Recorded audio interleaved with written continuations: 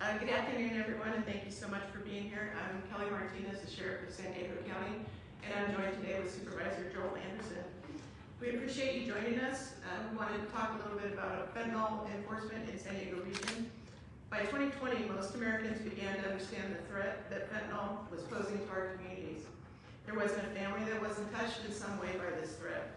This synthetic drug is highly toxic, and just a small amount will kill.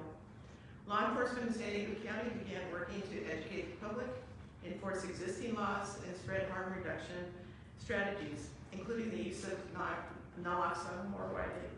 When children as young as 13 years old began dying from the drug, we knew we needed to act with more urgency. Deputies now distribute naloxone, which is a life-saving medication that can reverse the effects of an opioid overdose to anyone who takes it. We leave it behind on calls for service where we believe there may be a need. Naloxone is distributed in our jails and deputies carry it for quick use. We have been conducting community education and outreach at events and in our local schools. Monies have been committed to continue that outreach via billboards and commercials. And enforcement efforts target dealers, and every fentanyl death is treated as a homicide following clues to identify who sold the drug to the victim of the overdose death. We form task forces, and partnering with San Diego County District Attorney Summer Stephan have successfully prosecuted individuals who have caused the death of another. Laws have been tightened, which strengthen our ability to charge people who use and sell the dangerous drug. In 2022, we began to recognize a gap in our enforcement efforts. To successfully investigate dealers of fentanyl, we needed monetary resources to use in an undercover capacity to purchase the drug, to pay overtime, and to support information gathering methods. As a sheriff, I'm committed to doing everything possible to get fentanyl off the streets and to make those responsible for selling and distributing this dangerous drug accountable for their actions. Deputies are assigned and work with our federal, state, local, and tribal partners as well as the County of San Diego. Thanks to this teamwork, we are making great strides.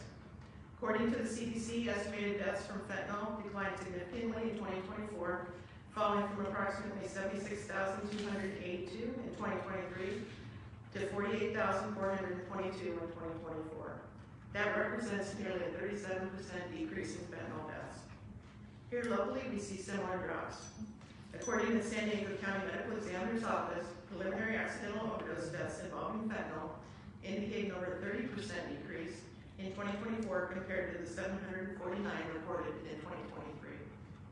This is a promising statistic because it translates into lives being saved as a result of our multi-pronged approach. I'm grateful for the support from our fellow state and county leaders. In 2023, the Sheriff's Office was awarded $1 million from the state of California through Senator Brian Jones to combat the fentanyl epidemic. In addition, as a result of the leadership of Supervisor Joel Anderson, San Diego County Board of Supervisors allocated $500,000 toward fentanyl investigations. These funds have supported our operations in the region. The Sheriff's Office manages these funds, and they have been made available to our federal, state, and local partners, specifically to combat fentanyl in the region. This isn't just a sheriff's problem.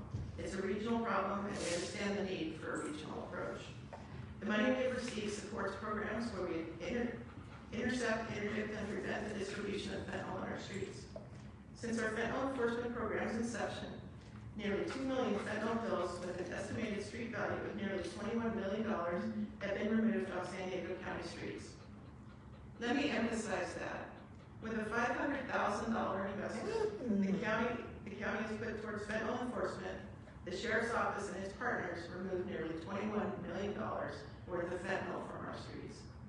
We plan on continuing to drive enforcement efforts to remove the illicit fentanyl from our streets, and during our enforcement operations, our success with removing opioids and other threats to our communities did not just stop with fentanyl pills. Our operations removed cocaine, heroin, oxycodone, and other addictive pills. As collateral, 11 weapons were also seized during the inception of this program. This includes 3 handguns, 5 shotguns, and 3 ghost guns. As part of my commitment to holding criminals accountable, the fentanyl abatement and suppression team were fast, as well as our tremendous task force partners, including the Border Crime Suppression Team, Narcotics Task Force, High Intensity Drug Trafficking Area partners all made 59 arrests, 41 state arrests, 2 misdemeanor state arrests, and 16 federal arrests. While it is a tremendous tremendous feat to see the collective efforts of enforcement, harm reduction, and education contributing to a significant decrease in fentanyl-related deaths in our region. We must still press hard to combat this crisis and to protect as many lives as possible. Supervisor Joel Anderson has been a tremendous champion of combating fentanyl. Because of his similar commitment to protecting our neighborhoods from the harms of fentanyl and other opioids, the leadership of our county CAO, Ebony Shelton, for identifying resources, the Sheriff's Office is receiving an additional investment from the County of San Diego to press further and continue dismantling these harmful drugs from our community. Now I'd like to introduce County Supervisor Joel Anderson, who will speak on his commitment to public health and safety by going after fentanyl. Supervisor. Thank you. Thank you all for being here. I just want to say, when I first got elected 5 years ago, Chairman Nathan Fletcher created a task force, a subcommittee on this board to address fentanyl abuse. Actually, it was opioid abuse and how we were going to address it. And we made great inroads, and you can see that this is really positive, and I'm very pleased. First, I want to thank our San Diego County Sheriff, Kelly Martinez, for the incredible work she does in being such a champion with her deputies. You know, this task force, I'm going to back up a little bit and divert from my speech. My district is the epicenter of opioid abuse.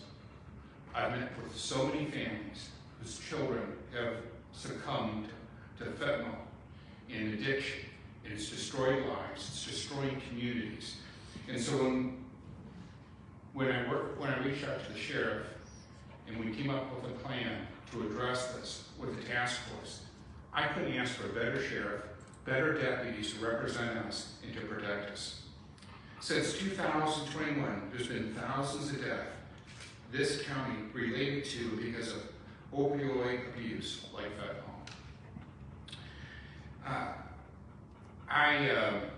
I'm way off my talking points, so I'm just going to cut to the chase of it.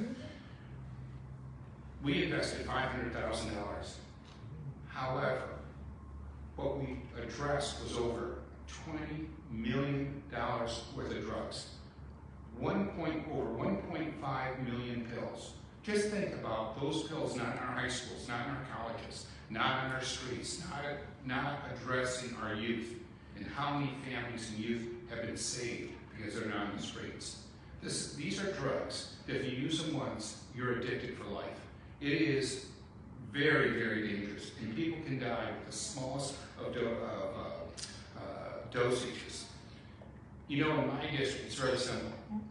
The people I represent, the 200,000 people, the 500,000 people that live in the unincorporated, we have 2 words for this.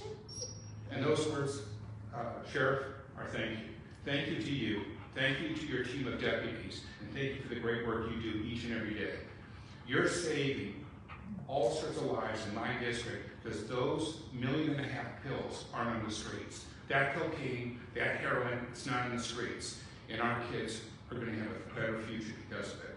You're not just saving our kids, but you're saving our communities. Thank you so much. And I'm very tickled to, and I have to do a shout out real quickly to my board colleagues who voted to make this happen. See, I can only suggest that it takes 3 votes, a minimum of 3 votes to make it happen. And yet everybody on my board voted in support. And so when I asked the board this year to renew that commitment, to keep this great work funded, again, they were all supportive. So kudos to my colleagues for understanding the importance of public safety and addressing real issues in real communities. I want to thank them, and again, thank you, Sheriff. Thank you, Supervisor, and to all of the supervisors who are supportive of this effort in public safety in our community. It's all a part of the commitment of all of us, and our commitment would not be complete without the help of our community members and all of the local, state, and federal partners. So I'm happy to take questions at this time, and we've got some folks available from my team who are happy to also answer any questions. Are you able to describe just a little bit more about the enforcement team, what that looks like, how the funding was able to shape this team? probably can't go into too much detail on the actual tactics used or whatnot, but just a little more about the team that it was able to fund. Yeah, so many years ago, a fund was set up through the state of California. It's called CalMet, and that money was directly distributed to law enforcement for investigative purposes.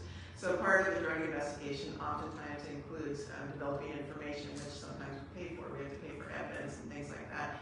The CalMet money is specific to methamphetamine. We couldn't make it work for fentanyl, and as fentanyl was coming more and more on the scene, we understood that we also needed a similar fund for fentanyl investigations. So we thought the easiest way was to ask our partners at the county if they would help fund it, and also our partners at the state. And so we were lucky enough to get $1 million through Brian Jones through the state, and Supervisor Anderson stepped up right away and understood the need, and that it would be effective, and it has been effective. A lot of the drugs that we seized were from these investigations. Some were purchased illicitly. They're illicit drugs that we purchased in furtherance of an investigation that enables us to get a search warrant, which then leads us to the dealers. So that's really how it's been used. And this team works full-time dedicated to this? Yeah, well, the money is actually distributed to any law enforcement agency in the county that is doing fentanyl enforcement. It's only for fentanyl enforcement. So it's being used, for instance, with DEA, with our different task forces, our deputies who are doing these types of investigations. So if they have a funding need for an investigation, it pays for overtime, which a lot of times these cases go well into long hours. And so it's just really helped us with a continued emphasis and enforcement related to fentanyl. Yeah, sure. Anyone else? What was the duration of the operation, or? Yeah, so this is a 1-year funding source. So we've spent most of the $500,000. I think we have some of it left. So we'll continue to utilize that, and this will add to it. So it's just going to continue to be a bucket that we can use. We can draw from for these investigations. There's no time for framework time limit. Okay, thank you. If anyone would like to interview Bruce, he's available. No, thank you, everyone. Thank you for being here.